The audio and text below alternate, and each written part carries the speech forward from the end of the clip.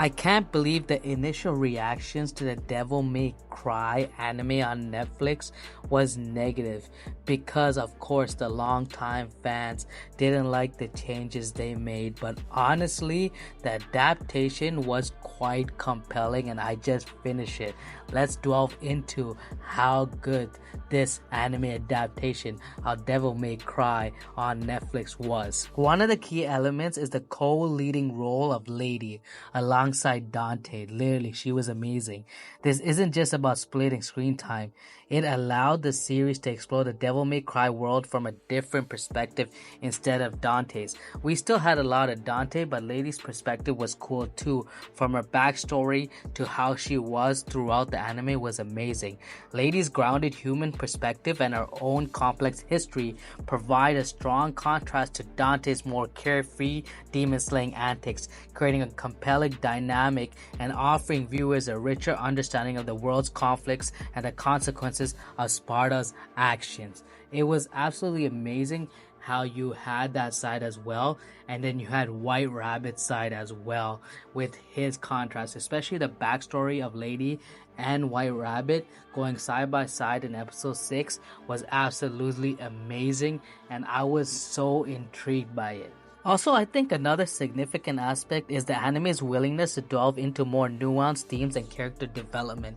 They went much deeper than the game. While the games do really focus on action and the stylish combat and Dante himself, the Netflix series takes time to explore the motivations of both human and demonic characters. In the series, we also see the demons that are more relatable and have reasons for their actions, like White Rabbit.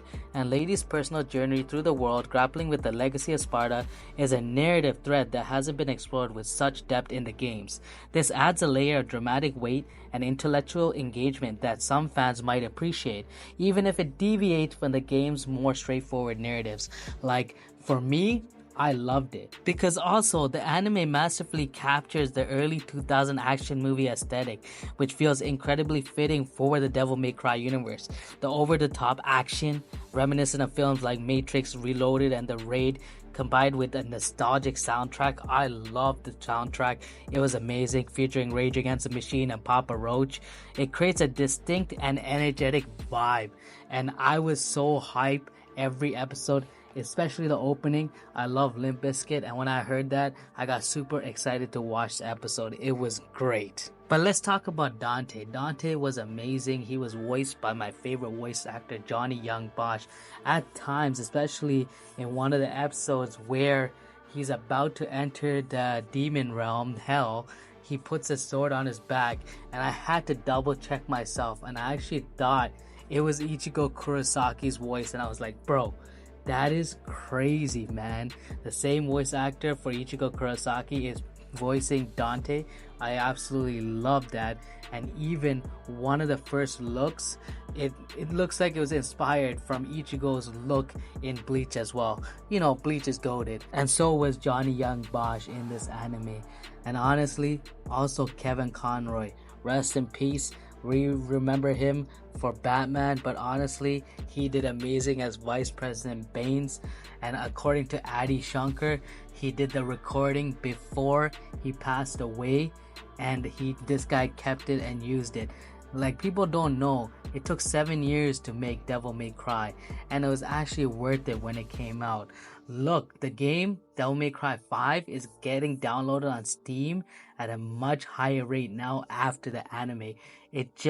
The anime just plunged Devil May Cry back into the forefront of gaming. But ultimately, while the anime might not perfectly align with every fan's expectation, especially the fans of the game, its exploration of character dynamics, thematic depth, stylistic choices, and compelling new additions make it a worthwhile watch.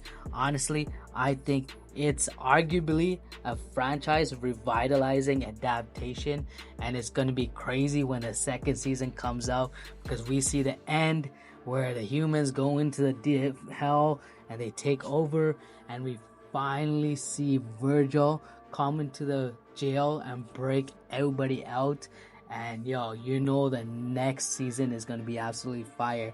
People also didn't like that it was 8 episodes all at once, but that's Netflix for you. Honestly, I love the series. I don't care how they released it. I think it could have had better hype if they released it episode by episode, but I don't like waiting, so I liked it. But what do you think? Let me know in the comments and follow for more anime content.